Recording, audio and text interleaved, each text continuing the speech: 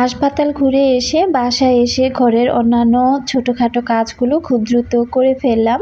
Hello everyone, আসসালামু আলাইকুম। এখন আছি আমি আতিন হাসপাতালে, এটা মগবাজার, ঢাকা। তো ছোট বোনকে নিয়ে এসেছি। আমার কিন্তু কোনো কিছু হয়নি। তো ছোট বোন যেহেতু ডাক্তার দেখাবে, তো ইনায়াকে নিয়ে তো একা একা আসতে পারে না, তাই ইনায়াকে নেওয়ার জন্য, রাখার জন্য আর কি আমি এসেছি। আর ও ডক্টর দেখাবে, তো আমি ইনায়াকে নিয়ে একপাশে বসে আছি। আজকে কিন্তু মোটামুটি দিনের অর্ধেকটা টাইমই কিন্তু আমরা দুই বোন হাসপাতালে রয়েছি। তো যেহেতু রিপোর্টটা দিতে দেরি হবে, তো কিছু পরীক্ষা নিরীক্ষা ওকে দেয়া হয়েছে। তো আগেও ডাক্তার দেখিয়ে আসুক, তারপরে ব্লাড টেস্ট দিয়েছে, অন্যান্য টেস্টও দিয়েছে। তো ওগুলো যেহেতু পরীক্ষা করে রিপোর্টটা দিতে একটু দেরি হবে। তো আমরা কিন্তু হাসপাতাল থেকে চলে এসেছি এই তো মৌচাক মার্কেটে। আর বাইরে বের হলে কিন্তু দেখবেন যে ক্ষুধাটা মনে হয় একটু বেশি লেগে যায়।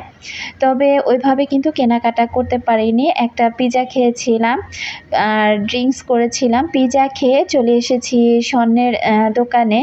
তো এই বর্তমান বাজারে স্বর্ণের যে দাম, আমাদের মতো মধ্যবিত্তদের স্বর্ণ কেনা কিন্তু একদম আকাশ ছোঁয়ার মতো। এখানে কিছু জিনিস দেখতেছিলাম। আসলে স্বর্ণ তো স্বর্ণই, যেটা দেখি সেটাই ভালো লাগে। আর আমার কিন্তু মোটামুটি ঘরের জিনিস আর স্বর্ণ, এই দুইটার প্রতি কিন্তু আমার একটু আর কি লোভ বেশি আছে। তো যাই হোক, এখন এই মুহূর্তে স্বর্ণ কিনা অনেক কিন্তু কঠিন। তবে এখানে দাঁড়িয়ে দাঁড়িয়ে কিছু দুল দেখছিলাম আর হাতের কিছু ব্রেসলেট দেখছিলাম।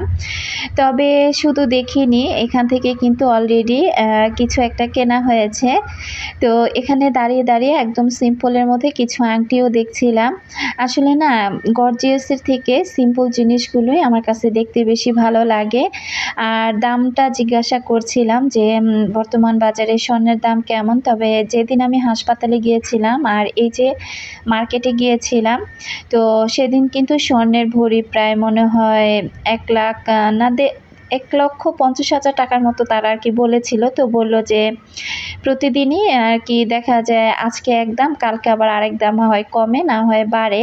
তো যাই হোক, পুরো মৌচাক মার্কেটে একটা চক্কর দিয়ে তারপরে এখন চলে যাচ্ছি একটু আনারকুলির ওইদিকে।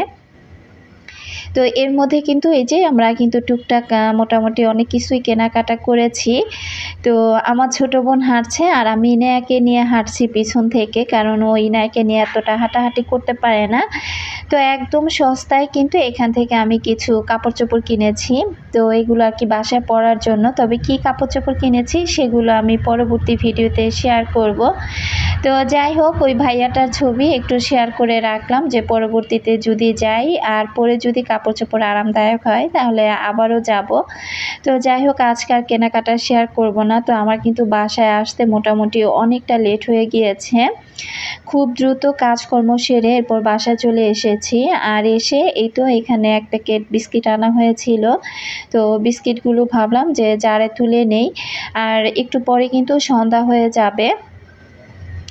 কাজ আর কথা বলতে বলতে অনেক দূর চলে এসেছি। আমার সকল প্রিয় আপু ভাই আঙ্কেল আন্টিদেরকে রিকোয়েস্ট করব, যারা ভিডিওটি ক্লিক করেছেন এখনও পর্যন্ত একটি লাইক দেননি, প্লিজ একটি লাইক দিয়ে ভিডিওটি কন্টিনিউ করবেন। আর যারা নতুন, আজই আমার চ্যানেলে প্রথম ভিজিট করেছেন, যদি ভিডিওর কোথাও কোনো অংশ আপনার কাছে ভালো লেগে যায়, চাইলে আমার চ্যানেলটি সাবস্ক্রাইব করে আমার পাশে থেকে যেতে পারেন। তো আমি এখান থেকে কিছুটা বিস্কিট রেখে দিলাম, আসলে চা দিয়ে খাবো। তো এর মধ্যে কিন্তু আমি চাটা বসিয়ে দিয়েছি। আমার সব আপুরা কিন্তু জানেন আমি খুবই চাখোর একজন মানুষ। তো এর মধ্যে বড় মেয়েকে বলছিলাম যে চাটা একটু বানিয়ে নিয়ে আসো। আসলে কোথাও গেলে আর বাসায়ও যদি থাকি, দেখা যায় যত দৌড়াদৌড়ির মধ্যে থাকি না কেন, এক কাপ চা খেলে আমার শরীরে একদম ফুল এনার্জি চলে আসে। তো আমি চা খেয়ে একটু মার রুমে চলে এসেছি। এসে মার বারান্দা বাগানে এসে দেখতে পেলাম অনেক সুন্দর করে এই যে লাল শাকগুলো হয়ে গিয়েছে আর অনেক বড় বড় হয়েছে। এখানে মা আরও কিসের যেন বীজ ফেলেছে। আর এই গাছটা কিন্তু শীতের সময় কেনা হয়েছিল। একদম ছোট ছোট হলুদ আকারের কাঁচামরিচ আর কি হয়, একদম খুব ছোট ছোট আকারে, তবে কাঁচামরিচের কালারটা কিন্তু একেবারে হলুদ। তো যাই হোক, মার বারান্দা বাগানটা দেখে কিন্তু ভীষণ ভালো লাগছিল। আর এই যে আমার মার বাগানের ছোট ছোট ডায়ান্থাস ফুলগুলো, আমার সব আপুরা আমার সবসময় ঘরের কাজকর্মগুলো দেখতে বেশি ভালোবাসেন। তবে আজকে যেহেতু হাসপাতালে একটু দৌড়াদৌড়ি করেছি, তো ঢাকা গিয়ে তারপর আবার বাসায় ব্যাক করে এর মধ্যে কিন্তু ওইভাবে সংসারের কাজগুলো শেয়ার করা সম্ভব হয়নি। কারণ বাসায় যেহেতু মেয়েরা ছিল, ২ বোন মিলেমিশেই আজকে বাসার কাজগুলো করে ফেলেছে। যতটুকু পেরেছে ততটুকুই করেছে।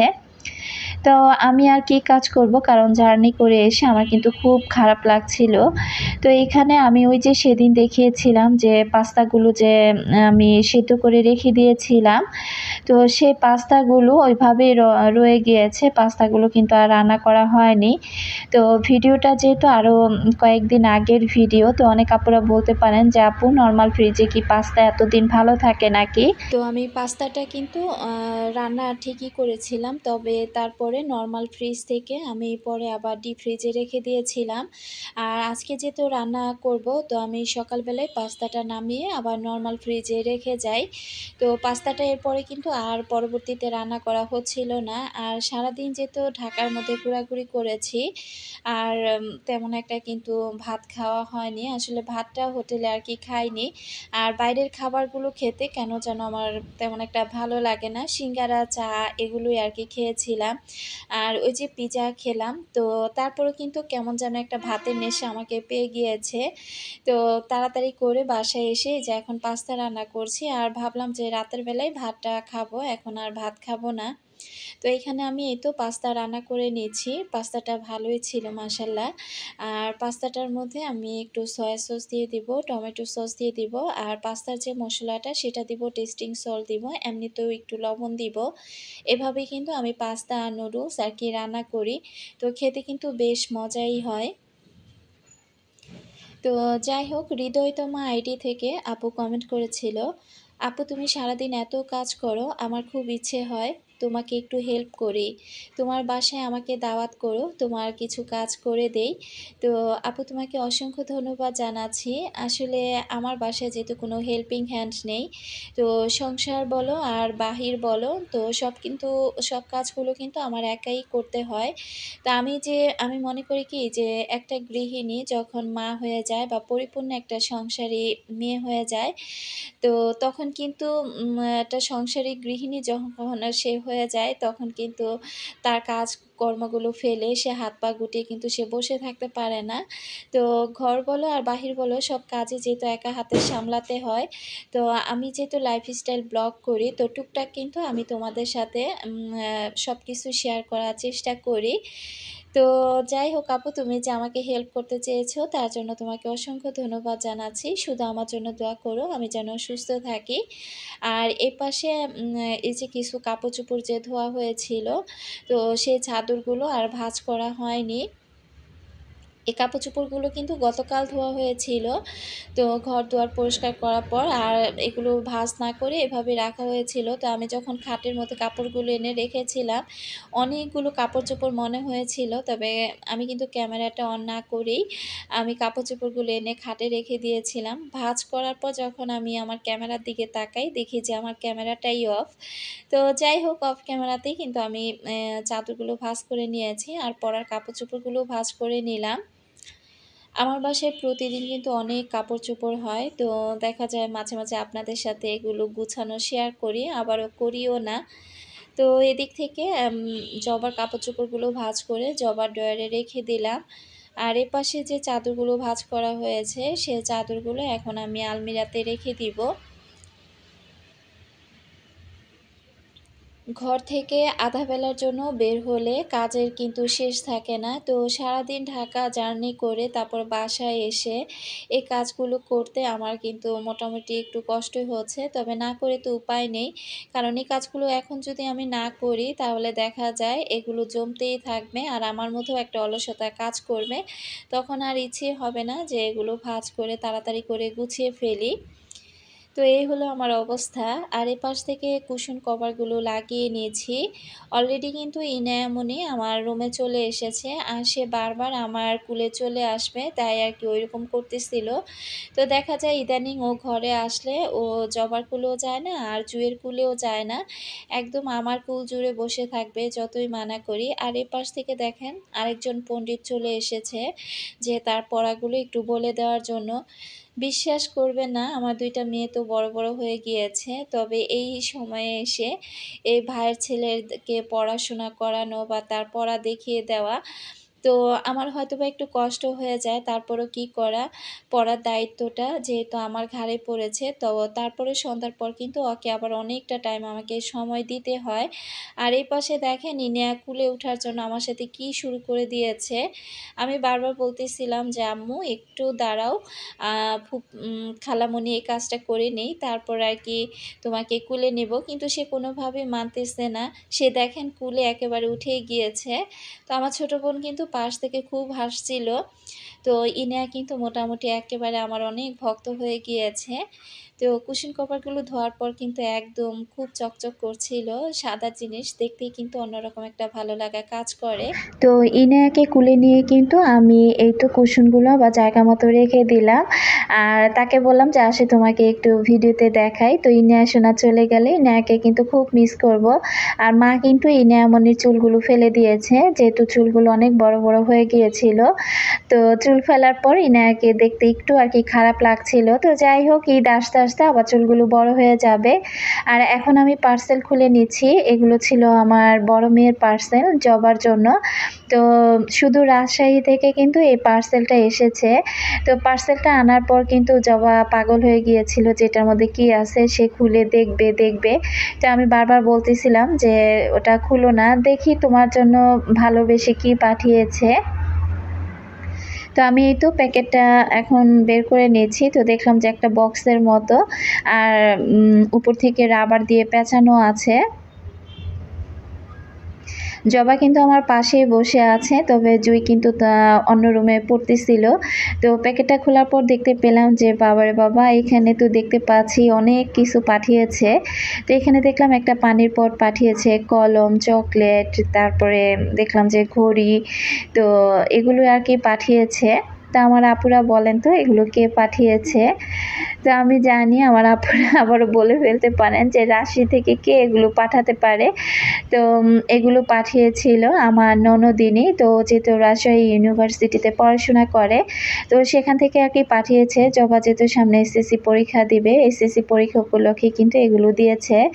আমি কিন্তু বারবার নিষেধ করছিলাম যে, "মিমি এগুলো পাঠানোর প্রয়োজন নাই।"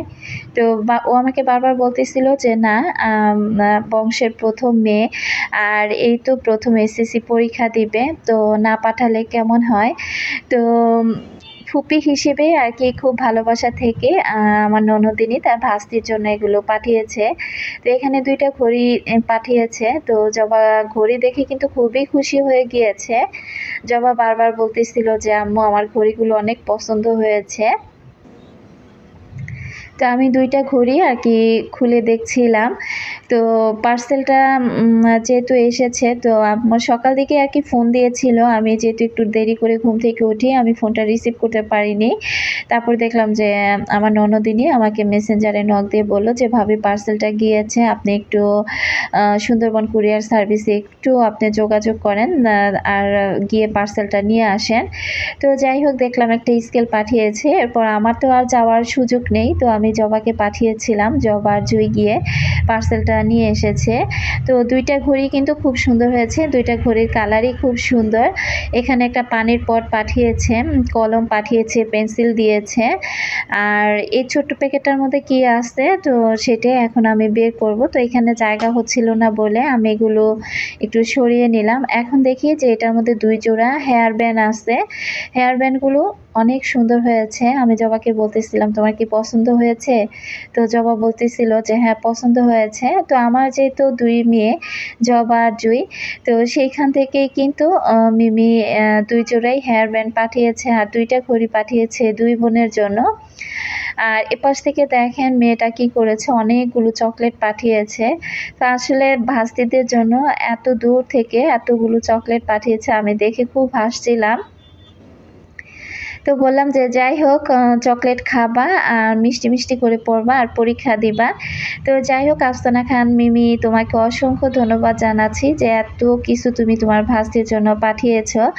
আসলে ভালোবাসার উপহার সেটা যাই হোক না কেন, ভালোবাসা তো ভালোবাসাই। তো যাই হোক তোমার উপহার পেয়ে আমার 2 মেয়ে খুব খুশি হয়েছে। তো আমার বড় মেয়ের জন্য সবাই দোয়া করবেন। ও হাতে পড়ে ঘড়িগুলো দেখিয়ে দিচ্ছিল। আর আমিও ভিডিও শেষ প্রান্তে চলে এসেছি। আজকের মতো বিদায় নিচ্ছি। সবাই ভালো থাকবেন, সুস্থ থাকবেন। আল্লাহ হাফেজ।